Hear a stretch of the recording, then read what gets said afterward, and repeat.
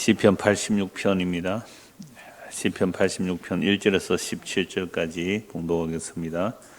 다윗의 기도. 여호와여, 나는 가난하고 궁핍하오니 주의 귀를 기울여 내게 응답하소서. 나는 경건하오니 내 영혼을 보존하소서. 내 주 하나님이여, 주를 의지하는 종을 구원하소서. 주여, 내게 은혜를 베푸소서. 내가 종일 주께 부르짖나이다. 주여, 내 영혼이 주를 우러러보니 주여, 내 영혼을 기쁘게 하소서. 주는 선하사 사죄하기를 즐거워하시며 주께 부르짖는 자에게 인자함이 구하심이니이다. 여호와여, 나의 기도에 귀를 기울이시고 내가 간구하는 소리를 들으소서. 나의 환난 날에 내가 주께 부르짖으리니 주께서 내게 응답하시리이다. 주여, 신들 중에 주와 같은 자 없사오며 주의 행하심과 같은 일도 없나이다. 주여, 주께서 지으신 모든 민족이 와서 주의 앞에 경배하며 주의 이름에 영광을 돌리리이다. 무릇 주는 위대하사 기이한 일들을 행하시오니 주만이 하나님이시니이다.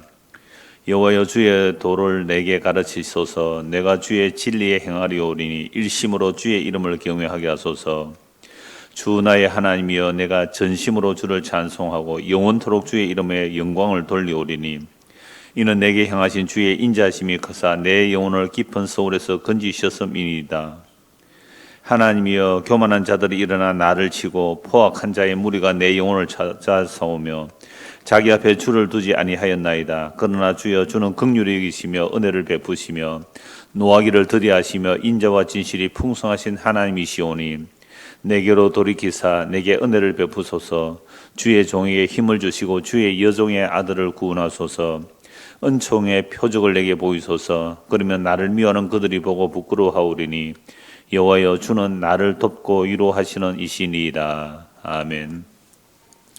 오늘 이 본문으로 은총의 표적을 보이소서라는 제목으로 말씀 나누겠습니다. 지금 고라자손의 시가 함께 모아져 있는데 그 중에 86편은 다윗의 기도 이렇게 되어 있죠. 왜 다윗의 기도가 여기 들어와 있는지 우리는 잘 알지를 못해요. 그래서 스펄전 목사 같은 경우에는 고라자손의 시도 다윗의 시로 보더라고요. 그럴 수 있죠. 누가 이걸 다윗이 지었다, 고라가 지었다 그거보다는, 그러면 스펄전 목사 말대로 대부분 시편을 다윗의 시편으로 보더라고요. 그러면 그분은 그럼 고라가 왜 나옵니까? 아삽이 왜 나옵니까? 하면 작곡이나 작사, 찬송, 지휘자 이렇게 할 수가 있죠.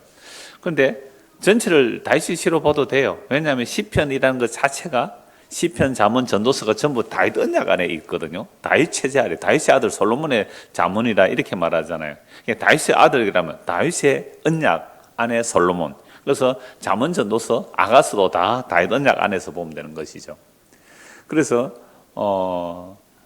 스펄전이 다윗의 시편으로 본 것만이 아니라 구약 성경 전체를 우리는 율법이다 이렇게도 말하거든요. 좀 세목해서 나누면 율법과 선지서, 좀 더 세모하고 율법과 선지서와 시편에 가리켜 기록된 나에 대한 말씀이 이루어진다. 예수님께서 이렇게 말씀하셨잖아요. 구약을 크게 나누면 시편, 율법, 선지서, 시편 이렇게 나눌 수 있고요. 하나로 뭉치면 뭐예요? 율법이라고 할 수 있죠. 그러니까 다윗의 시편 150편 전체를 누구의 시편을 해도 돼요? 다윗의 시편을 해도 돼요. 저자가 중요한 건 아니라 말이죠. 왜 그러냐면 저자를 영감한 성령의 역사죠. 그래서 우리가 성경 66권은 성령의 감동으로 기록된 것이라고 믿어야 이제 성경으로 하나님의 계시라고 믿고 나눌 수 있는 거죠. 성경이 하나님의 계시가 아니다라고 하면 더 이상 할 말이 없는 거예요. 그러니까 적어도 우리가 예수를 믿습니다라는 것은 성경이 하나님의 말씀을 믿습니다라고 동의어예요. 그래서 성경 하나님의 말씀임을 믿는 자들만이 뭘 할 수 있는 거죠? 우리가 교제할 수 있는 거죠. 목사가 여러분 성경 이게 하나님의 말씀입니다 하면 여러분들이 읽어보고 그렇죠, 이게 하나님의 말씀입니다라고 해야 되는데 목사 이게 하나님의 말씀인데 이거 하나님의 말씀 아니에요 하면 그건 교통이 안 되죠. 물론 해석의 차이는 있을 수 있죠. 해석은 이 사람 좀 다르게 저 사람 좀 다르게 할 수는 있을 거예요. 사람이 사는 세상에 정확하게 일치되는 해석이 나올 수가 있겠어요. 그러나 크게 보면 일치가 돼야 되죠. 저는 가장 크게 보는 일치점을 어디에 두느냐면 모든 성경으로 예수 그리스도를 증거해야 되고 또 전적 타락, 전적 은혜. 모든 성경이 그리스도를 증거하는 것이면 우리는 전적으로 타락했고 구원은 전적 은혜다라고 하면 이제 교제할 수 있단 말이죠. 가끔 저에게 질문도 하시고 또 이렇게 영상도 보내시는 저 서울에 계신 어느 장로님이 계신데 오늘 영상 2개를 보내주셨더라고요. 그러니까 짧은 영상인데 이분은 뭐 어느 교회 협동 목사이기도 하고 한의원 원장이기도 하고 그러니까 또 뭐 신학도 해서 목사가 되고 그 히브리어 헬라 잘 하더라고요. 그러면서 성경을 풀어서 흔히 난제라고 하는 것들 있잖아요. 그걸 잘 풀었다고 그 장로님이 영상 2개를 보여줬어요.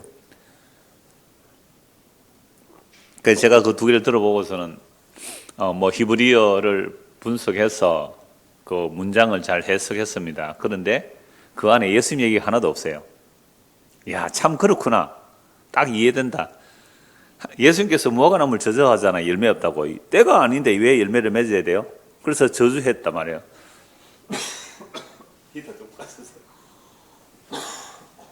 미안합니다. 이 부실해가지고요.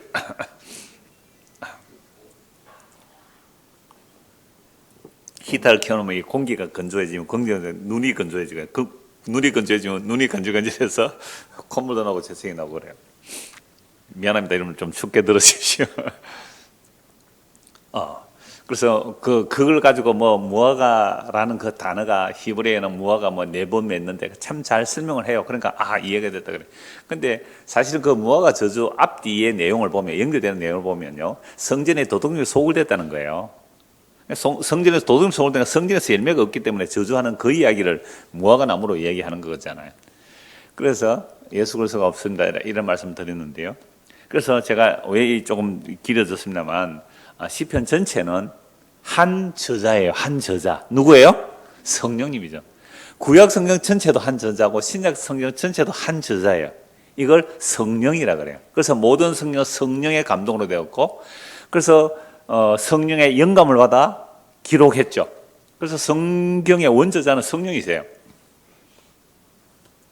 그래서 베드로전서 1장 11절을 보면 구약에 그리스도의 영이 임한 선지자들이, 그러니까 다윗도 선지자예요. 선지자들이 오실 그리스도를 증거하였고, 신약은 오신 그리스도와 그 그리스도께서 하신 일과 다시 오실 그리스도를 증거하고 있죠.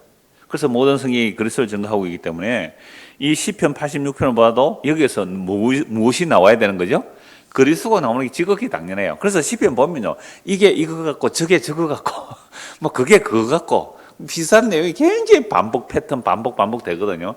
근데 그 한 편 한 편에서 다 그리스도의 일들을 예언하고 있고 그리스도의 일들을 말하고 있다는 거예요.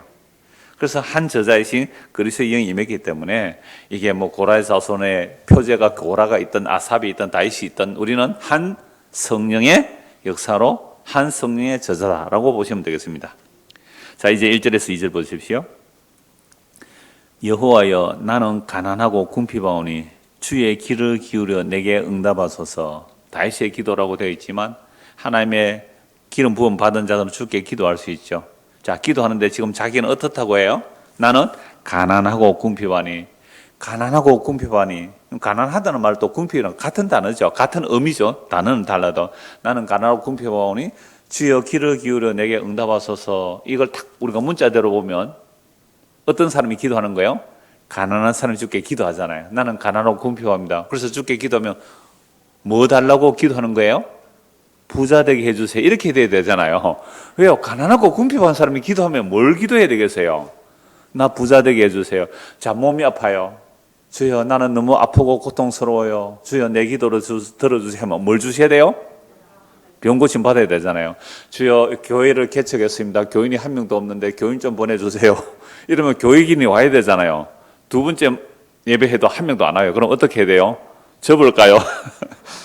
그러니까 보세요. 이 기도, 나는 가난하고 궁핍하오니 주께 주여 내 귀를 기울여 내게 응답해 주십시오라고 하는데 2절에요. 나는 경건하오니 내 영혼을 보존하소서. 내 주 하나님이여 주를 의지하는 종을 구원하소서. 아니 갑자기 자기가 경건하다고 그래요. 누가 하나님 앞에서 경건하다고 할 수 있겠습니까? 그래서 각 주 일을 보시면 뭐라고 되어 있어요? 주께서 은혜를 주신 자니. 그러니까 나는 주께서 은혜를 주신 자니. 그러니까 주께서 은혜를 주신 자가 어떤 자라고요? 경건한 자예요. 하나님의 은혜가 임하면 그 사람은 경건해요. 그 사람이 고아라도, 그 사람이 과부라도, 그 사람이 나그네라도 그분이 죄인이라도 주께서 은혜를 베푸시면 그 사람은 경건한 자가 돼요. 그러면 경건한 자의 특징이 뭐예요? 주를 의지하고 내 눈앞에 주를 모시고 사는 사람이에요. 그래서 제가 종종 말씀드렸어요. 시편에서 경건한 자와 동의의, 시편에서 경건한 자와 동의의가 뭐라고요? 고아 과부 나그네라고요. 가난하고 궁핍해요. 가난하고 궁핍하니까 고아 과부 나그네는 자기 힘으로 못 사니까 다른 사람의 도움을 받아야 살아가잖아요. 하나님 앞에 경건한 자는 나는 하나님의 도움 없이는 못 삽니다. 나는 가난합니다. 궁핍합니다. 주여, 주님이 없으면 나는 못 삽니다. 라는 것이 어떤 사람이라고요? 경건한 자예요. 오늘 저와 여러분들이 밥 먹을 거 없는 사람 없지요? 옷 다 따뜻하게 입고 오셨네요. 오늘 춥다고. 따뜻하고 오늘 덥다고 막 겉옷도 벗고 계시잖아요. 상당히 따뜻해 보여요. 좀 있으면 입어야 될 게 춥다고. 우리는 먹을 것, 입을 것 없어서 가난한 게 아니고 주님과 가깝지 않으면, 주님이 내 앞에 계시지 않으면 그걸 뭐라고요? 가난하고 궁핍하다 그래요. 그래서 경건한 자는 어떤 사람이에요? 가난하고 궁핍한데 뭐가 가난하고 궁핍해요? 내 마음이 가난하고 궁핍해요. 뭐가 없어서요? 주님이 안 계셔서, 주님이 멀리 계셔서, 주님이 잘 인식이 안 됐어. 주님이 내 앞에 계시는데 잘 느껴지지 않았어. 이럴 때 그걸 뭐라 그래요? 가난하고 궁핍하다. 이게 경건한 자죠. 그래서 하나님의 은혜를 입은 자는 경건한 자인데, 그래서 경건한 자는 가난하고 궁핍하다 그러는데 무슨 가난과 궁핍을 말하는가 2절에 나옵니다. 나는 주의 은혜를 입은 자오니 내 영혼을 보존하소서. 내 주 하나님이여 주를 의지하는 종을 구원하소서. 결국 뭐에 대한 구원이에요? 내 영혼을 보존해달라는 거잖아요. 유대인들은 영혼 따로 육체 따로 이렇게 안 봐요. 히브리인들은 이게 영혼과 육체를 하나로 말해요. 때로는 내 육체를 보존하세요라는 것도 영혼 보존하세요라는 말과 같고요. 내 영혼 보존해 주세요라는 것이 내 육체 보존해 주세요라는 말과 같아요. 그런데 구분을 할 수가 있어요. 영혼이라고 말하면 하나님과의 관계성을 말해요. 하나님 내 영혼을 구원해 주세요 하면 육체 따로 영혼만이 아니라 내 전인이 하나님과의 관계성을 말할 때 내 영혼을 보존해 주세요라고 말을 하는 거죠. 그런데 또 육체적 표현이 있어요. 그건 하나님과의 관계성이 아닌 다른 관계성을 말할 때 이제 육체적으로 표현할 수가 있는 겁니다. 그래서 지금 1절에 2절에서는 나는 가난하고 궁핍하다라는 말을 할 수 있는 것은 어떤 사람이에요? 하나님의 은혜를 입은 자라는 거죠. 그게 경건한 자고요. 그래서 경건한 자는 뭘 깨닫냐면 나는 주님 없이는 못 살겠어요. 나는 주님 없이는 못 살겠어요. 이게 경건한 자라는 거죠. 그래서 오늘 이 시대도 돈이 아무리 많아도 경건한 자가 있을 수 있잖아요. 돈이 아무리 많아도 나는 돈 그거 믿을 수가 없어요. 난 돈 안 믿고 뭘 믿어요? 주님 없으면 나는 돈으로 나는 만족할 수가 없습니다. 내가 평생 먹고 살 것 있지만 난 이걸로 만족 못 하겠습니다. 나는 주님 없이는 너무 가난합니다. 그 사람 어떤 사람이에요? 뭐 한 수백억 재산 있어도 경건한 자입니다. 그런 사람 되고 싶죠. 갑자기. 그러니까 우리는 경건하다라는 개념을, 성경에서 말하는 경건의 개념은 주님만이 나에게 절대적으로 필요합니다. 의에 줄이고 목마른 자가 복이 있다라는 그런 개념이 경건한 자란 말이죠. 자, 그래서 3절 보십시오. 주여 내게 은혜를 베푸소서. 내가 종일 주께 부르짖습니다. 그러니까 주님께서 나에게 은혜를 베풀어 주세요. 어떻게 부르짖는다고요? 종일. 여러분 오늘 종일 주님을 부르짖었습니까? 종일토록 주님을 안 부르짖었다는 말은 우리는 뭐에 안 줄인 거예요? 의에 줄이지 않았어요. 그죠? 의에 줄이지 않았어요. 그러니까 종일 주를 안 부른다는 것은 자기 의로 살았다 이 말입니다. 하루 종일 우리는 자기 의로 살았어요. 잠시 기도했죠. 밥 먹을 때. 또는 밥 먹을 때 또 기도도 안 하는 사람도 있지만 밥 먹을 때 왜 기도해야 되느냐. 밥 먹을 때 기도하는 거 보고 그거 외식이라 하고 자기는 복음한다고 밥 먹을 때 기도 안 하고 밥 먹는 사람도 있더라고요. 니 잘났다 정말. 그러니까 우리는요. 오늘 하루를 살면서도 종일 주께 은혜를 안 구했다는 말은 뭐로 살았어요? 자기 의로 살았어요. 지 잘맛으로 살았다니까요. 먹을 거 있겠다. 추우면 옷 입겠다. 그죠? 추우면 히터 틀면 되겠다. 뭐 아쉬운 게 뭐 있어요? 뭘 종일 주님께 구해요. 정말 먹을 것이 없는 자는 배가 고파서 밥 주세요, 밥 주세요 부르짖는 그 부르짖음 같은 내 영혼의 부르짖음이 있었습니까? 그러니까 우리는 경건한 자예요, 불경건한 자요. 경건한 자가 아니에요. 종일 주의 은혜를 구해야 경건한 자인데요. 그래서 주님 말씀하세요. 너희는 먹고 배불러서 나를 찾다 그랬어요.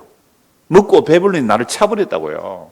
이스라엘 백성들이 약속의 땅에 들어가서 먹고 배불리니까 나를 차버렸다고요. 먹고 배불리는 주님 안 찾아요. 광야에서는 날마다 뭐 해야 돼요? 만나가 날마다 내리거든. 날마다. 아침마다 만나 구해 와야 돼요.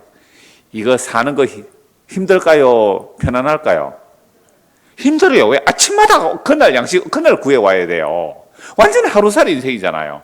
근데 약속의 땅에 들어갔네요. 농사 지으면 몇 달 먹을 걸 농사 지어서 저장해둬요. 날마다 안 구해도 되네요. 먹고 배불러졌어요. 주님 안 찾아요. 그게 우리가 경건하다는 개념이 하나님께 은혜를 구하고 기도해서 부르짖어서 응답받는다는 게 세상에 썩어질 것들이라면 그게 채워주는 순간 우리는 주께 안 구해도 된단 말이에요. 근데 이 사람은 어떻게 구해요? 내게 은혜를 베풀어 달라고 어떻게 부르짖어요? 종일 주께 부르짖잖아요. 종일. 주여 내 영혼이 주를 우러러보니 주여 내 영혼을 기쁘게 하소서. 그러니까 종일 주님을 부르짖고 주님의 은혜를 구하고 주님께 기도하는데 결국 뭘 달라는 거예요? 내 영혼의 기쁨이라는 거죠. 내 영혼의 기쁨. 자, 내 영혼의 기쁨은 무엇 때문에 내 영혼의 기쁨이 올까요? 5절 보십시오. 같이 읽을까요? 주는 선하사 사죄하기를 즐거워하시며 주께 부르짖는 자에게 인자함이 후하십니다. 그러니까 종일 나는 가난하고 궁핍합니다. 뭐가 가난해요? 나는 의가 없어서 그래요. 주여 내가 종일 주님의 은혜를 구합니다. 내 영혼이 주를 우러러봅니다.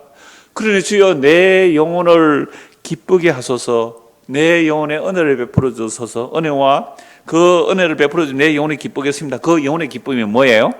5절입니다. 주는 선하셔서 사죄하기를 즐거워하시며 주께 부르짖는 자에게 인자함이 후하십니다. 그러니까 이 사람 지금 뭐 때문에 부르짖어요? 쉬지 않고 뭘 부르짖어요? 죄 사함을 인하여 부르짖었죠. 자기 죄를 인해 부르짖었죠. 그러니까 자기 영혼에 뭐가 주어지는 겁니까? 내 영혼의 기쁨이 충만한 것이죠. 그러나 내 영혼이 기쁜 것은요, 죄 사함에 있습니다. 그런데 우리가 평소에 참 기쁘지 않아, 짜증나, 화나. 어떤 것들이 짜증나고 화나고 기쁘지 않는 겁니까? 가난한 것. 아까 얘기했잖아요. 가난한 것. 가난하면요, 뭐 기뻐요, 안 기뻐요? 병이 들었어요. 기뻐요, 안 기뻐요? 몸이 아파요. 기뻐요, 안 기뻐요? 내 삶의 환경이 내 뜻대로 안 돼요. 기뻐요, 안 기뻐요? 그러니까 우리는 전부 그런 것들 때문에 안 기쁘다 그러잖아요. 그런데 그러한 세상의 조건들이 해결되었다. 그러면 잠시는 어떻게 돼요? 기쁘죠. 가난하다가 부자되면 좀 기쁠 수 있어요. 아프다가 안 아프면 얼마나 기쁘겠어요. 그런 문제가 해결되면 기쁠 것이지만 그러나 그게 영원한 기쁨입니까? 가난하다가 부자가 되면요, 배고프다가 먹을 것이 있으면 기뻐요. 먹고 배불러지면 어떻게 해요? 또 다른 욕망을 찾아요. 인간은 보암직한 것, 먹음직한 것, 세상 사람으로 갈 수밖에 없죠. 그러니까 우리가 내 삶의 문제가 해결되면 기쁠 것이라고 하지만 그런 삶의 문제가 해결되어도 영혼에 참된 기쁨은 없어요. 다시 공허해집니다. 다시 공허해지나 또 다른 기쁨을 찾기 마련이죠. 그래서 사람들은 취미생활을 어떻게 해요? 바꿔가면서 하잖아요. 바꿔가면서. 여러분들 옛날에는 뭐 생겼다 하면 식당인데요, 요즘은 생겼다 하면 골목에 뭐가 생겨요? 카페가 생겨요. 이런 왜 카페가 생긴지 아세요? 사람들이 그 시간은 있고 하니까 옛날에는 집에 가서 손님 대접하고 이랬는데 요즘은 전부 다 카페에서 만나니까 이게 취향이 바뀌어서 그래요. 여러분들 만약 장사하시려면 사람들의 취향이 뭔지를 알고 빨리 대처하면 장사 잘 돼요. 지금 카페 열면 그건 뒤차 타는 기 때문에 손해보고 문 닫아야 돼요. 결국 사람들의 기쁨은 뭐냐 하면 자기 만족이거든요. 자기 만족의 기쁨이라는 것은 계속 바뀌기 마련이에요. 그래서 저는 교회조차도 취향이라고 그러잖아요. 교회조차도 취향이라고요. 여러분들은 늘푸른 교회 왜 와세요? 어떤 분이 취향이로 정말 써놨더라고요. 등록카드에 왜 왔습니까 하니까 등록카드에 취향 따라 이렇게 해놨어요. 그래서 정말 우리의 기쁨은 뭐에 대한 기쁨이요? 죄 사함을 통한 영혼의 기쁨이죠. 그래서 주님께서 선하셔요. 죄를 사하여 주시고 즐거워하세요. 그래서 주께 부르짖는 자에게 인자가 구하시면 그 죄를 사하여 주시면 후한 거죠. 그래서 이 은혜를 입은 자들은요, 이제 진짜 기쁨이 있어요. 찬송가에 이런 게 있어요. 죄악 벗은 우리 영혼은 기뻐 뛰며 주를 보겠네. 죄악 벗은 우리 영혼은 기뻐 뛰며 주를 보겠네. 여러분, 죄 때문에 주님을 못 봐요. 근데 그 죄가 해결되었어요. 영원한 생명을 기뻐 뛰면서 주를 본다는 거 아니에요. 이야, 이건 정말 기뻐 뛰어야 되는데요. 자, 이제 6절에서 10절 보십시오. 여호와여, 나의 기도에 귀를 기울이시고 내가 간구하는 소리를 들으소서. 나의 환난 날에 내가 주께 부르짖으리니 주께서 내가 응답하시리이다. 여러분, 주의 기름 부음 받은 다윗이 환난이 많이 생기죠. 우리가 예수를 믿으면 환난이 생깁니다. 왜냐하면 요한복음에 보면 우리가 주님을 사랑한 게 아니에요. 주님이 우리를 사랑하여 택했다 그러잖아요. 그러니까 너희가 세상에 속했다면 세상이 너희를 사랑할 터인데, 이 세상에서 내가 너희를 택하였기 때문에 세상이 너희를 미워하느니라. 그런데 너희를 미워하면 먼저 세상이 나를 미워했다는 것을 알라라고 말씀하잖아요. 그래서 예수 믿으면 뭐가 많이 와요? 환난이 오게 돼 있어요. 예수 안 믿었으면 오지 아니할 환난이 온단 말이죠. 예수 믿고 나서 지가 잘못해가 요거도 먹고 감옥 가고 그런 것 가지고 환난하면 안 됩니다. 태경이 알겠지?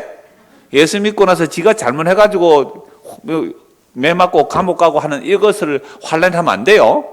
그건 개고생이에요. 마땅히 해야 될 고생이고요. 그래서 예수 믿고 나서 환난이 뭐냐면 내가 잘못한 것도 아닌데 애매하게 오는 고난들이 너무너무 많이 생겨요. 그러니까 이런 환난이 오니까 기도할 수밖에 없잖아요. 이미 제3과 영혼의 기쁨을 얘기했어요. 그런데 또 환난이 와요. 그러니까 또 주께 기도하는 거죠. 나의 환난 날에 내가 주께 부르짖으리니 주께서 내가 응답하실 겁니다. 어떤 응답을 하실까요? 이게 문제죠. 어떤 응답을 하실까요? 주여, 신들 중에 주와 같은 자가 없사오며 주의 행하신 것 같은 일도 없나이다. 주여, 주께서 지으신 모든 민족이 와서 주의 앞에 경배하며 주의 이름에 영광을 돌리리라. 무릇 주는 위대하사 기이한 일들을 행하시오니 주만이 하나님이십니다. 자, 환난 날에 주께 부르짖죠. 여러분, 출애굽 생각해 보십시오. 이스라엘 백성이 애굽에서 종살이 할 때 환난이 가중됩니다. 환난이 가중돼요. 이때 이제 뭐가 일어나야 되죠? 출애굽이 일어나는 거죠. 만약 환난이 가중 안 됐다면 그는 부르짖지 않아요. 그죠? 부르짖지 않아요. 그 부르짖음을 들으시고 하나님이 자기 언약을 기억하셨다라고 말씀하잖아요. 하나님이 언약 기억 안 하겠어요? 일부러 부르짖는 환경을 만들죠. 부르짖는 환경을 만드니까 죽게 못 살겠습니다. 부르짖어요. 여러분, 이스라엘 백성들 애굽에서 그때의 고난이 가중되었거든요. 그 고난이 가중 안 되었으면 그들은 어떻게 했을까요? 거기서 그냥 잘 먹고 잘 살았어요. 그래서 광야 나왔을 때 뻑하면 뭐라고 말해요? 애굽이 좋았다고. 옛날이요. 애굽으로 돌아가자고. 애굽에 돌아가자고. 그때 고기 까마귀한테 그때가 좋았다고. 끊임없이 그 얘기를 하거든요. 그러니까 출애굽할 때 환난이 가중됨을 통하여 주께 부르짖고 부르짖음을 통하여 하나님의 언약이 이루어지잖아요. 그래서 모세를 통해 이스라엘 백성 이제 출애굽시켜내는 거죠. 출애굽시켜냈는데 이스라엘 백성 하는 짓이 뭐예요? 애굽에서 우상숭배, 광야에서 원망불평 우상숭배, 약속의 땅에 우상숭배, 바벨론 포로 잡혀갔는데 거기서도 또 우상숭배. 그러니까 이런 환난을 주께서 주시는 이유가 뭘까요? 뭐 하라고요? 환난 날에 내가 주께 부르짖으리니 주께서 내게 응답하시고 기이한 일을 해주셨어요. 애굽에서 어린 양의 피로 구원해내시네요. 애굽에서 어린 양의 피로 구원해내세요. 바벨론에서 어떻게 해요? 70년 만에 돌아오게 하시네요. 바벨론이라는 이 세상에 살아요. 우리가 지금 요한계시록에서 보잖아요. 바벨론이라는 이 세상에서 살면서 우리에게 하나님께서 뭘 주신다고요? 환난을 주세요. 그러니까 예수 안 믿었으면 오지 아니할 환난을 주신다고요. 그 환난을 왜 주실까요? 뭐 하려고요? 부르짖으라고요. 애굽에서 어린 양의 피로 구원해내지 않았느냐? 바벨론에서 바벨론에서 나눠서 제2의 출애굽이라고 해요. 그러니까 베드로, 야고보, 요한이 그 변화산에서 모세 엘리야 나타날 때 뭘 의논하세요? 모세 엘리야가 별세 엑소더스로 의논하시잖아요. 그러니까 우리가 예수를 믿는다는 것은 환난 날에 부르짖으면 주의 기이한 일을 기억해요. 이 환난 통하여 애굽에서 구원해내셨구나. 바벨론이라는 이 세상에서 우리를 별세시키시구나. 그게 환난 날에 부르짖는 자에게 응답해 주시는 하나님이시죠. 자, 그런데 이렇게 부르짖어 기도하니까 주께서 10절 보세요. 물어주는 위대하사 귀한 일들 행하시오니 주만이 하나님이죠. 주만이. 여호와여 주의 도를 내게 가르치소서. 내가 주의 진리에 행하려오니 일심으로 주의 이름을 경외하게 하소서. 그러니까 10절까지는 뭐라고 하죠? 예수 믿고 구원받고 나서 환난들이 계속 와요. 그래서 또 간구하니까 주의 그 귀한 일을 인하여 주님 앞에 경배하고 주님께 영광을 돌리죠. 그래서 주님만이 위대한 일을 행하시고 귀한 일을 행하십니다. 주님만이 하나님이시죠. 우리는 이런 말씀을 들을 때에 내가 지금 고난과 환난 가운데 있다. 또 예수 믿는 것 때문에 핍박받고 있다. 이럴 때 우리는 기도하죠. 하나님 은혜를 베풀어 주소서. 지금까지 주여 이 환난에서 구원해 주소서 라고 그렇게 기도했을 때에 하나님께서 어떻게 우리의 기도를 응답해 주시기를 원해요? 내가 지금 가난하다고 예수 믿고 가난해졌어요. 그래서 예수 안 믿는 사람이 나를 깔볼 때 하나님 어떻게 응답해 주면 좋겠어요? 그 사람이 나는 재산이 한 푼도 없고 그 사람 재산이 100억이에요. 그 사람이 나를 막 예수 믿는다고 깔보고 있어요. 네 예수 믿으면서도 가난하네. 나는 예수 안 믿어도 100억대 부자야. 이렇게 말할 때 우리가 하나님께서 어떤 응답해 주시기를 원해요? 하나님께서 나에게 뭘 주셔서? 복을 주셔서 나는 한 1000억대 재산이 되도록. 그래서 그 사람 100억 재산이 내 앞에 무릎 꿇고 싹싹 빌지 않으면 망하게 해버릴 수 있는 그런 근력을 주시면 우리는 어떻게 해요? 할렐루야, 아멘. 안 그러세요? 이런 게 간증 아니에요? 우리가 얼마나 엉터리 같은 응답을 얘기하고 있어요. 이건요, 완전 복수열전이죠. 무슨 그런 응답이 있어요? 근데 그걸 간증이라고 사람들이 아멘 하면서 나도 그렇게 돼야지. 나도 그렇게 돼야지. 야, 저 사람 어떻게 가난하다가 갑자기 부자가 되었지. 아, 주의 종에게 잘했구나. 이제부터 주의 종에게 잘해야지. 그렇게 결심 다 해보셨죠? 부흥회 가서 그런 결심도 안 해보셨어요? 아, 여기 재미없는데. 그러니까 부흥회 가면 또 성전 짓는 일에, 주의 성전 짓는 일에 내가 빚을 내서라도 1억을 했더니 나중에 10억을 벌었다고 막. 이런 간증들이 한두 개가 아니죠. 이런 게 주의 귀한 일들일까요? 이게 환난에 부르짖어 응답하신 내용일까요? 이게 마귀한테 속은 거죠. 이게 마귀한테 속은 거죠. 정말 그러한지 계속 보십시오. 11절에서 13절입니다. 여호와여 주의 도를 내게 가르치소서. 그러니까 구원받고 났는데도 환난이 와요. 환난 가운데 기도하니 주의 귀한 일을 기억하게 되었어요. 그래서 이제 주의 이름을 찬송하고 영광 돌리는데 이제는 좀 달라졌어요. 아이가 달라졌어요. 신자가 좀 달라져요. 기도의 내용이 달라졌다니까요. 이제 뭘 기도해요? 여호와여 주의 도를 내게 가르쳐 주십시오. 내가 이제 주의 진리에 행하겠습니다. 내가 일심으로 한 마음으로 주의 이름을 경외하게 하소서. 주 나의 하나님이여 내가 전심으로 주를 찬송하고 영원토록 주의 이름에 영광을 돌리오리니 이는 내게 행하신 주의 인자하심이 크사 내 영혼을 깊은 서울에서 건지셨음이니이다. 이제는 주의 진리를 가르쳐 달래요. 내가 그 진리 가운데 행하겠다고요. 그래서 내가 환난 가운데 주께 부르짖었더니 구원받고 나도 뭐가 와요? 구원받고 났는데 환난이 오잖아요. 그래서 부르짖었더니 주의 귀한 일을 보게 하셨어요. 주의 귀한 일을 보고 나니까 이제는요 어떤 기도를 하게 된다고요? 어떤 기도를 하게 된다고요? 자, 주의 영원토록 주의 이름에 영광을 돌리겠는데 왜 영원토록 주의 이름에 영광을 돌리느냐 하면 여러분 가난해졌다가 만약 부자가 됐다고 합시다. 그러면 가난했다가 부자 됐다면 그거 며칠 감사합니다 하면 끝나요. 안 그렇겠어요? 또 다른 부자가 있는데요. 병 고침 받았다가 며칠 감사할 수 있겠죠. 그런데 또 아프면요. 또 감사가 안 되잖아요. 그럼 뭐에 대해서 영원토록 주의 이름에 영광을 돌릴 수 있느냐 이 말이에요. 13절 같이 읽읍시다. 이는 내게 행하신 주의 인자하심이 크사 내 영혼을 깊은 서울에서 건지셨습니다. 서울은 무덤이에요. 죽음의 장소, 이게 발전되고 이게 고정되어 버리면 이게 뭐예요? 지옥이죠. 무덤이 고정되면 지옥입니다. 그러니까 내 영혼을 깊은 서울에서 건져 주셨기에 이제 나는 영원토록 주를 찬송하고 주의 이름에 영광을 돌리겠습니다 라고 하고 있죠.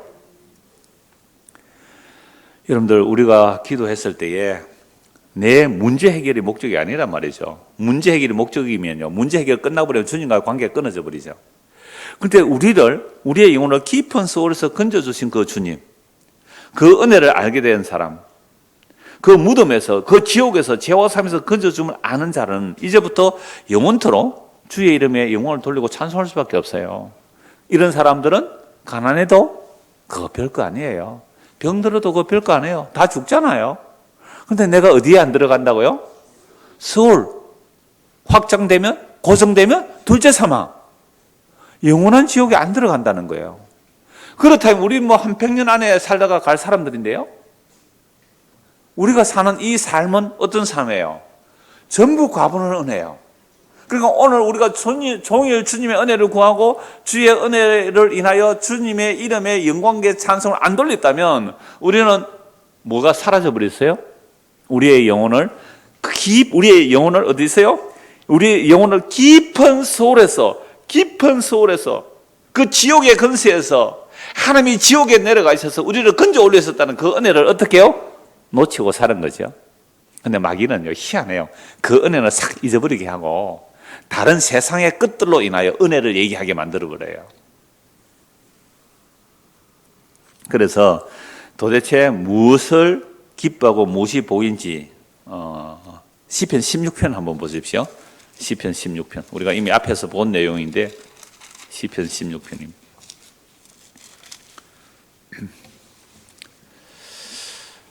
역시 다윗의 믹담으로 되어 있죠.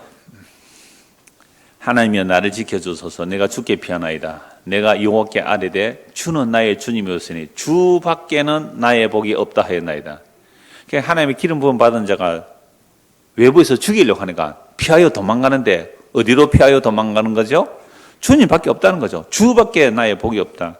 땅에 있는 성도들은 존귀한 자들이니 나의 모든 즐거움이 그들에게 있도다. 다른 신에게 예물을 드리는 자는 괴로움이 더할 것이라. 나는 그들이 드리는 피의 전제를 드리지 아니하며 내 입술로 그 이름도 부르지 아니하리로다. 여호와는 나의 산업과 나의 잔의 소독이시니 나의 분깃을 지키시나이다. 여호와 하나님이 나의 분깃이라, 유업이라는 거죠. 내게 줄로 채어진 구역은 아름다운 곳에 있으며 나의 기업이 실로 아름답도다. 이게 땅에 있는 것도 물론 되죠. 다윗에게 하나님께서 약속의 땅을 주셨으니까. 근데 그것은요, 나중에 뺏겨버려요. 그죠? 나중에 뺏겨버리잖아요.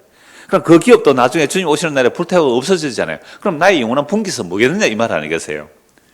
자, 그래서 나를 훈계하신 여호와를 송축할지라. 밤마다 내 양심이 나를 교훈하도다. 내가 여호와를 항상 내 앞에 모심이여. 보죠? 내가 여호와를 항상 내 앞에 모심. 오늘 시편 86편에서도 뭐가 복이에요? 주님을 내 앞에 모시며, 주님을 내 앞에 모심이에요. 내 앞에 모시며 그가 나의 오른쪽에 계심으로 내가 흔들리지 아니하리로다.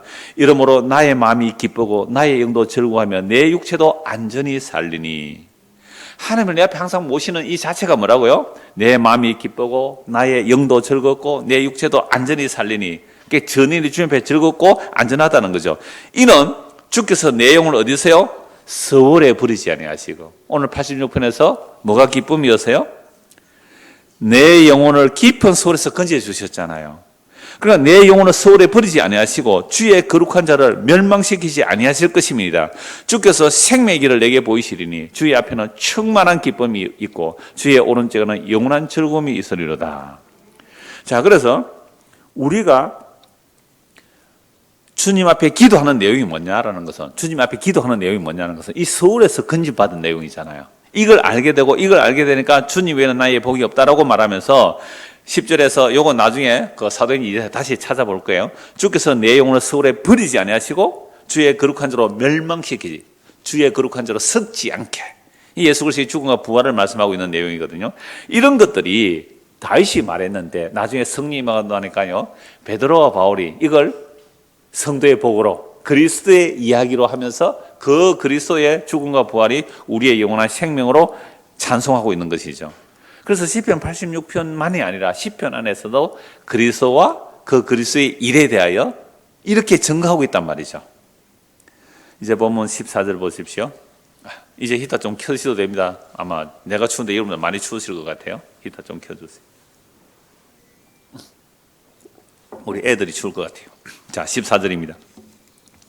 하나님이여, 교만한 자들이 일어나 나를 치고 포악한 자의 무리가 내 영혼을 찾아서 오며 자기 앞에 줄을 두지 아니하였나이다. 자, 교만한 자들이 어떤 자들이죠? 그들 앞에 주를 두지 않는 자들이 교만한 자예요. 우리 앞에 주님을 두는 자는 뭐예요? 겸손한 자잖아요. 이게 경건한 자고요. 그들 앞에 주를 두지 않으니까 교만한 거예요. 교만한 자들이 일어나 누구를 쳐요? 겸손한 자를 치잖아요. 다른 말로 가난하고 궁핍한 자를 친다 이 말이죠. 그들이 포악한 자의 무리가 내 영혼을 찾아서 오며 자기 앞에 주를 두지 아니한 자들이 겸손한 자, 주를 의지하는 자를 치는 거죠. 조롱하는 거죠. 이게 이스마엘이 이삭을 조롱한 것 같아요. 성령으로 난 자가 육체로 난 자를 조롱한 것 같단 말이죠. 세상의 힘을 가지고 세상의 힘을 추구하지 않는 자를 조롱해요. 그러니까 우리는 하나님께 은혜를 구하면서 하나님 어떻게 예수도 안 믿는 저런 인간이 세상의 힘과 근세를 가지고 떵떵거리는데 주여 나에게 은혜를 베풀어서 내가 세상의 힘과 근세를 가지고 저 인간들 코를 좀 납작하게 해주십시오 라는 것이 우리는 그동안의 기도였잖아요. 이런 기도 한다는 것 자체가 우리는 누구한테 속은 거예요? 마귀한테 속은 겁니다. 이 세상 신에게 속은 거예요. 그래서 예수님께서 이 땅에 오셨을 때 마귀가 유혹한다고요. 돌로 떡을 만들어 먹어라. 성전고대에서 뛰어내리라. 세상 영광 보여주면 너 나에게 저라면 이 세상 영광 주마. 예수님께서 그걸 거절하시고 어디로 가세요? 십자가로 가셨잖아요. 그러니까 우리가 예수를 믿는다고 할 때 기도 자체가 뭔지를 모르는 거잖아요. 그래서 이 성임한 자들의 기도는 나를 시편 16편에서 봤습니다. 어디서 건져 올렸다고요? 우리의 영혼을 깊은 서울에서 건져 올리셨다는 거예요. 그런데 깊은 서울에서 건져 올림을 받은 자는 주의 기이한 일로 인하여 찬송하는 거죠. 주의 기이한 일이라는 것은 어린 양의 피로 애굽에서 구원받은 얘기잖아요. 바벨론 포로에서 돌아온 이야기예요. 죄와 사망에서 은혜로 돌아오는 자들, 이게 주의 기이한 일이란 말이죠. 주의 놀라운 일이죠. 그런데 주를 두지 않는 자들은요, 이런 자들을 핍박하죠. 그러나 주여, 주는 긍휼이 있으며 은혜를 베푸시며 노하기를 더디하시며 인자와 진실이 풍성하신 하나님이시오니. 여러분, 이거 놀라운 거예요. 하나님은 오래 참으세요. 은혜를 베푸 노하기를 더디하시죠. 이거는 율법에서도 나오고 시편에 나오고 신약에도 나와요. 그래서 성령이 임하고 나니까요, 베드로와 바울이 동일하게 고백해요. 베드로와 바울이 똑같이 고백하는 것이 뭐라고 고백해요? 주의 오래 참으심이 우리의 구원이 되었습니다. 이런 바울은요, 율법 가지고 예수 믿는 사람 잡아 죽이던 사람 아닙니까? 주께서 심판하면 그건 벌써 지옥 가야 되잖아요. 주의 오래 참으심이 우리의 구원이 됐다고요. 베드로도 똑같이 말해요. 바울도 그렇게 말했는데 주의 오래 참으심 우리의 구원이 되는 거예요. 그래서 주의 오래 참이 얼마나 큰 구원인지 사실은 그 악인들, 지금 예수 믿는 자들을 핍박하는 악인들조차도 하나님 지금 뭐하고 계세요? 오래 참고 계시는 거죠. 그래서 16절 내게로 돌이키사 내게 은혜를 베푸소서 주의 종에게 힘을 주시고 주의 여종의 아들을 구원하소서. 그러니까 주의 여종의 아들이라고 고백하죠. 다윗이. 왜 자기를 여종의 아들이라고 그럴까요? 여러분, 유대 사회 속에서 종이라는 것은요, 남자 종이 어느 집에 들어갔어요. 그러면 그 주인이 그 남자 종에게 여자 종을 붙여줄 수 있어요. 그래서 아이를 낳잖아요. 그래서 7년이 되었습니다. 자유를 줘야 돼요. 애가 있어요. 어떻게 나가요? 남자 종 혼자 나가야 돼요. 아내하고 자식은 자기 아내고 자기 자식이라도 자기 것이 아니기 때문에 혼자 나가야 돼요. 그런데 어떻게 해요? 내가 주인을 사랑하고 아내와 자식을 사랑하면 자유를 하지 않고 어디로 간다고요? 주인에게 영원히 종이 되겠다. 그래서 길을 뚫잖아요. 나는 당신의 영원히 종이 되겠습니다. 그런데 여기서 나는 주의 여종의 아들이라 이 말은 뭐예요? 나는 풀려날 수 없는 자입니다. 이 말이잖아요.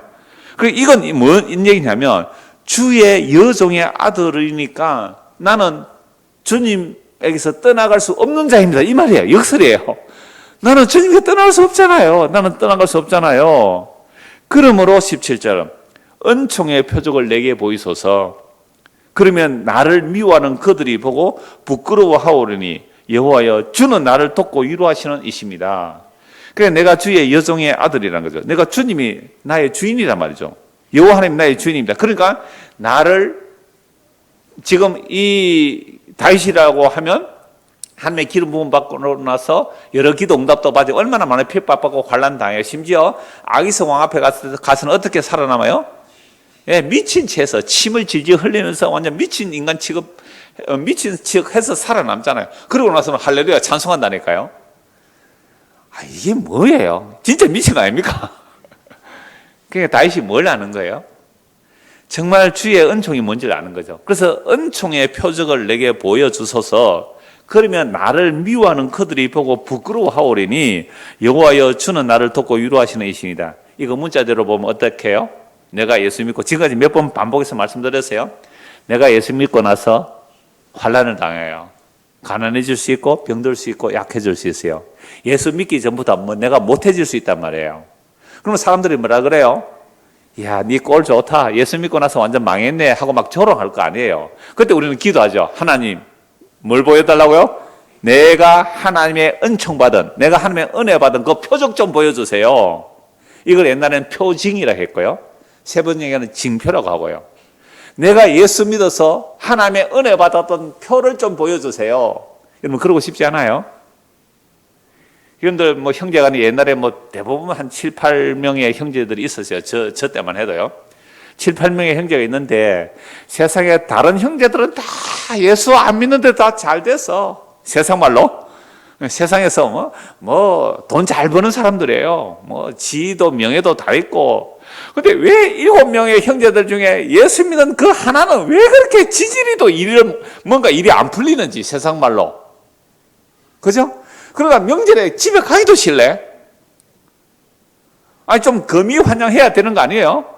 비단 옷 입고 좀 나팔 불면서 고향 가서 조카들한테 용돈도 한번 퍽퍽 좀 주고 말이죠. 차도 좋은 차 타고 고향에 가고 싶고 그런 거 아니에요? 근데 다른 자식들은 다 그러는데 하필 예수 믿는 나만 이래, 나만. 그럴 때 우리는 어떻게 말해요? 기도할 때 하나님께? 주여, 은총의 표적을 좀 보여주십시오. 그래서 내가 은총 받아서 그들에 좀 코를 납작하게 좀 그렇게 나에게 복 좀 주십시오. 라는 기도 안 해보신 분 손 들어 보십시오. 그런 기도 안 해보신 분. 저는 그런 기도 안 했는데. 그런 기도는 어떻게 해야 돼요? 복권 사셔야 해요. 주식 투자를 잘 하든지. 그러니까 우리가 얼마나 성경을 오해하고 있습니까? 은총의 표징을 보여주소서. 은총의. 그러면 그들이 나를 미워하다가 내가 받은 은총을 보고 그들이 부끄러워하지 않겠습니까? 그들이 부끄러워하지 않겠습니까? 그런데 우리는 제가 방금 예를 들었지만 세상의 힘을 가지고 그 사람을 눌러서 그들을 부끄럽게 한다고 하면 그 세상 사람은 뭘 가지고 와요? 더 큰 세상의 힘을 가지고 온다니까요. 이스라엘 백성들이 눈에 보이지 않는 하나님을 버렸어요. 눈에 보이지 않는 하나님을 버리고 누구를 구했어요? 사울.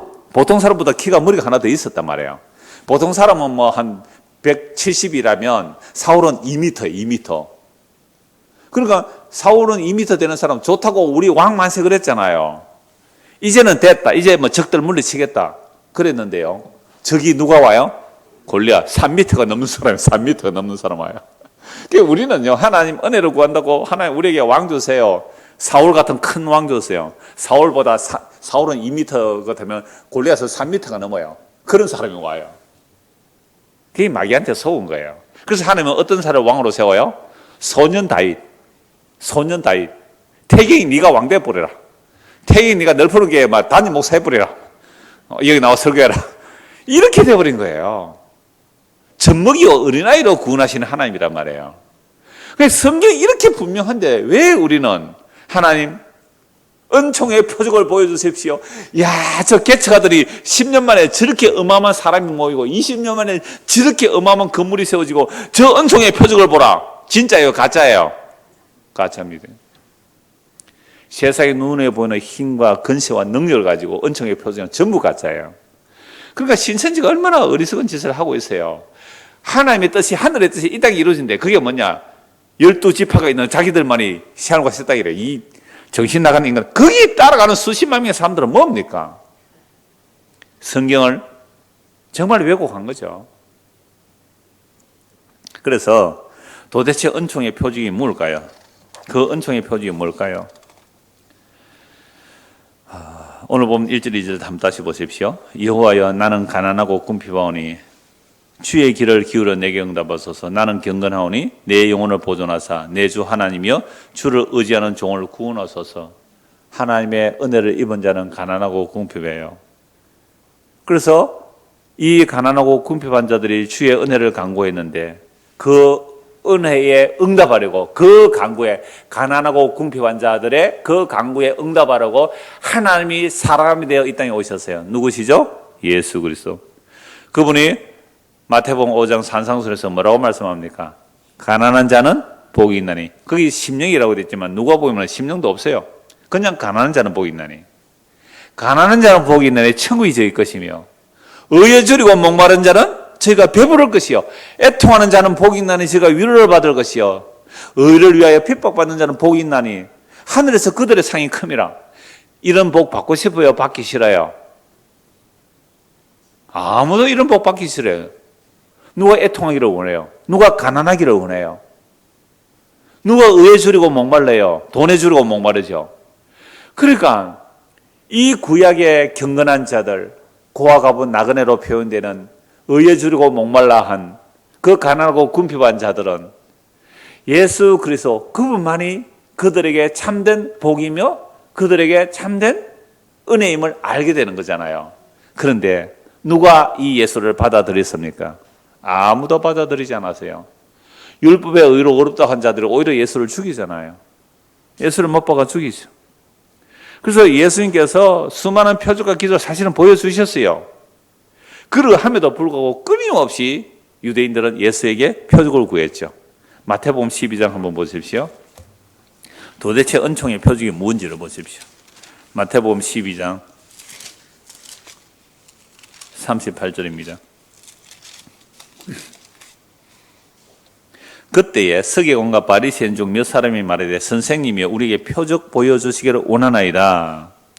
예수께서 대답하여 이르시되 악하고 음란한 세대가 표적을 구하나 선지자 요나의 표적밖에는 보일 표적이 없느니라. 요나가 밤낮 사흘 동안 큰 물고기 뱃속에 있었던 같이 인자도 밤낮 사흘 동안 땅속에 있으리라. 예수께서 보여줄 표적이 뭐예요? 요나의 표적. 부활도 지금 얘기도 안 하죠. 요나가 물고기 뱃속에 3일 있었던 것처럼 인자도 밤낮 3일 동안 어디에 있다고요? 땅속에 무덤에 있을 거다. 이게 표적이래요. 아니 예수님의 무덤에 3일 동안 이게 왜 표적이 돼요? 너희가 원하는 표적은 아니야 이 말이죠. 내가 너희에게 보여줄 표적은 이거 외에는 다른 표적 없다는 겁니다. 한마디로 하면 십자가잖아요. 부활은 예수님의 그 제자들과 한 500여 명에게 일시에 보여주신 것. 물론 40일 동안 부활을 열 몇 번 보여주셨어요. 제자들에게. 그러면서 한 500여 명에게 동시에 보여주셨어요. 그러나 그 외에는 본자가 없거든요. 부활 성천은 본자가 몇 사람 없어요. 500명. 뭐 성천할 때는 더 적은 숫자죠. 자, 그러니까 몇 명 되지도 않아요. 부활에 대해서는. 그런데 예수님의 십자가의 죽음은 수천 명이 본 거 아니에요. 수만 명이 봐요. 수만 명이. 그 재판받아서 십자가 처형할 때 얼마나 인산일에 사람들이 몰려들었어요. 그 유대인의 명절, 유월절 명절에 사람들은 어마어마하게 몰려듭니다. 그래서 수많은 사람들이 그 예수의 죽음을 봤거든요. 근데 그 수많은 사람 본 예수의 죽음은 무슨 죽음이에요? 유대인들에 의하면 저주받아 죽은 죽음이잖아요. 신명기 21장 23절에 나무에 달려 죽은 자는 저주받아 죽은 죽음이고요.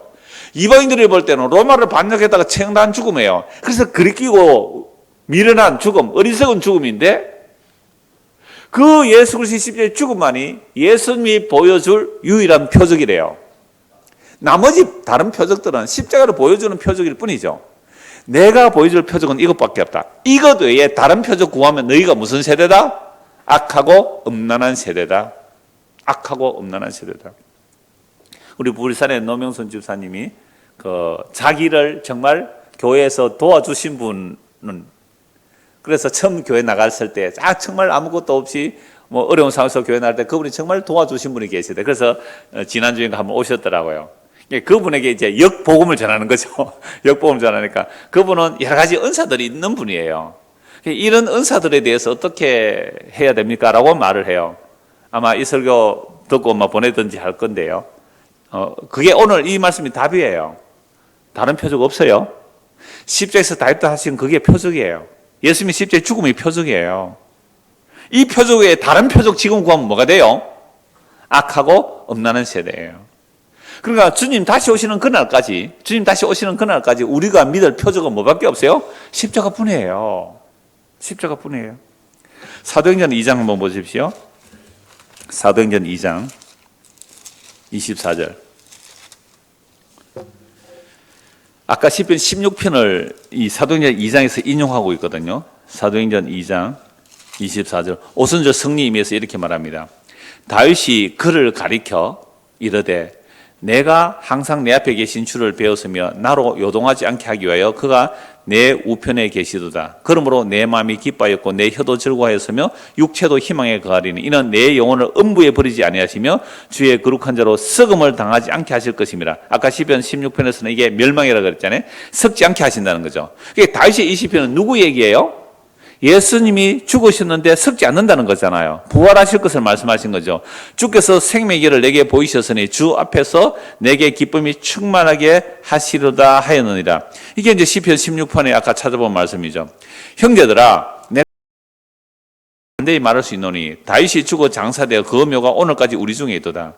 그는 선지자라. 하나님이 이미 맹세하사 그 자손 중에서 한 사람을 그 위에 앉게 하리라 하심을 알고 미리 본 거로 그리스도의 부활을 말하되 그가 음부에 버림이 되지 않고 그의 육신이 썩음을 당하지 아니하리라 하시더니 이 예수를 하나님이 살리신지라. 우리가 다 이 일의 증인이로다.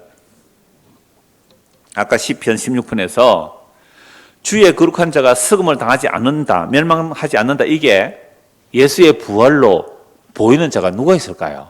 시편 16편 이걸 읽고 누가 이걸 예수의 부활로 보겠어요? 그러니까 베드로가 성령님하는 거, 이거 예수의 부활이다.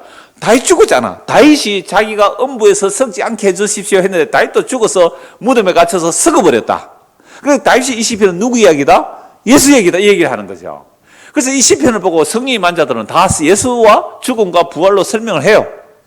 그러니까 신약의 사도들이 이 얘기를 다 안 해도, 다 하면 신약이 얼마나 두껍겠어요. 다 안 해도 오늘 우리가 같은 영이 임했다면 이 시편을 가지고 누구 얘기해야 돼요? 예수님 얘기해야 되잖아요. 그래서 이 시편에 환난을 당하는 자가 오 주여 은총의 표적을 보여주소서라는 은총의 표적이 뭐라고요?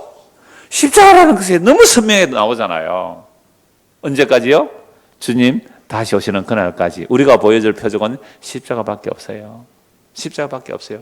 근데 우리는 마귀한테 유혹받아가 맨날 세상의 힘과 근세를 가지고 그저 원수 이기보려고. 그럼 원수는요, 우리는 사울을 원하잖아요. 근데 원수는 뭘 가지고 온다고요? 골리앗으로 와요. 그건 아예 게임을 초점이 향방이 다른 거예요.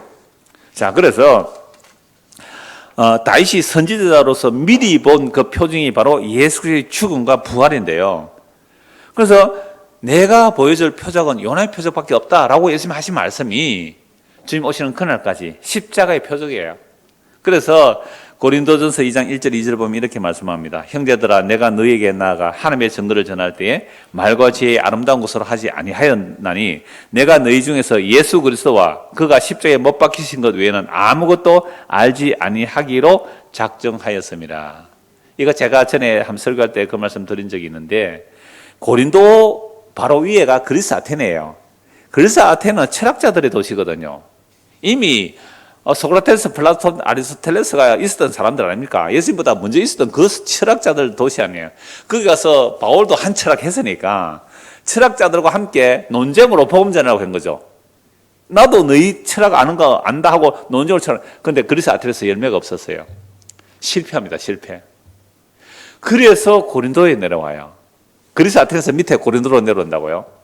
그래서 제가 옛날에 거기를 한번 가봤는데요. 바울이 복음 전했던 그 장소와 그리스 아테네에서 전도했던 그 장소와 또 고린도까지 가봤는데요. 고린도는 엉망진창인 도시거든요. 정말 타락한 도시거든요. 그 타락한 도시 가서는 뭐만 전하겠다고요? 십자가에 못 박히신 예수 그리스도 외에는 아무것도 알지 않기로 원했다. 왜요? 내 말과 지식으로 복음 전해서 실패했다 이 말입니다. 말과 지식으로 복음 전해서 실패했다. 그래서 바울이 막 그리스 아테네에서 그들의 사용하는 시인의 말도 인용하고 그러잖아요. 그걸로 실패해요. 미련하고 어리석은 십자가의 도만 전하겠다는 거예요. 그래서 갈라디아서 6장에도 그 말씀하죠. 내가 직접 내 수기, 이 편지는 내가 보낸 편지다라고 하는 이유는 율법주의자들이 육체를 자랑하려고 하니까 내게는 우리 주 예수 그리스도의 십자가 외에는 결코 자랑할 수 없다라고 말해요. 율법주의자들, 해주의자들 앞에 나는 십자가만 자랑하겠다는 거죠. 그래서 빌립보에서도 그 말씀을 하고 있어요.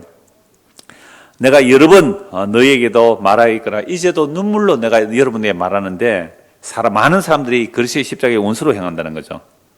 이게 그리스도의 십자가의 원수로 행하는 일이 뭐냐라고 하면요. 그들의 마침은 멸망이요 그들의 신은 배요 그 영광은 그들의 부끄러움이고 땅의 일을 생각하는 거죠. 그러니까 그들이 배를 섬기고 있다. 욕망을 섬기고 있다. 땅의 일을 생각하는 거죠. 이게 십자가의 원수라는 거죠. 그러나 우리의 시민권은 하늘에 있다고. 자주 말씀드렸어요. 제가 성경 안 찾아요. 빌립보서 3장의 말씀이잖아요. 우리는 그 기로부터 구원하는 자고 주 예수 그리스도를 기다리노니 그는 만물을 자기에게 복종하게 하실 수 있는 자의 역사로 우리의 이 낮은 몸을 어떻게 해요? 자기 영광의 몸의 형제와 같이 변하게 하시리라. 십자가에 지신 그 예수님이 눈에 안 보여요 지금. 어떻게 계세요? 하나님의 영광의 본체로 하나님의 보좌 우편에 계시잖아요. 그분 재림하실 때 우리 낮은 자, 가난하고 궁핍한 자, 고아 가본 나그네 같이 그렇게 주를 의지하는 자, 주 외에 나에게 다른 복이 없습니다. 십자가 외에는 나에게 은총의 표적이 없습니다. 십자가만이 주님께서 나에게 주신 은총의 표적입니다. 십자가만 자라고 십자가만 의지하는 자, 이들을 어떻게 하신다고요? 그날에 그 그리스도의 영광의 몸의 형체같이 변하게 해주실 거예요.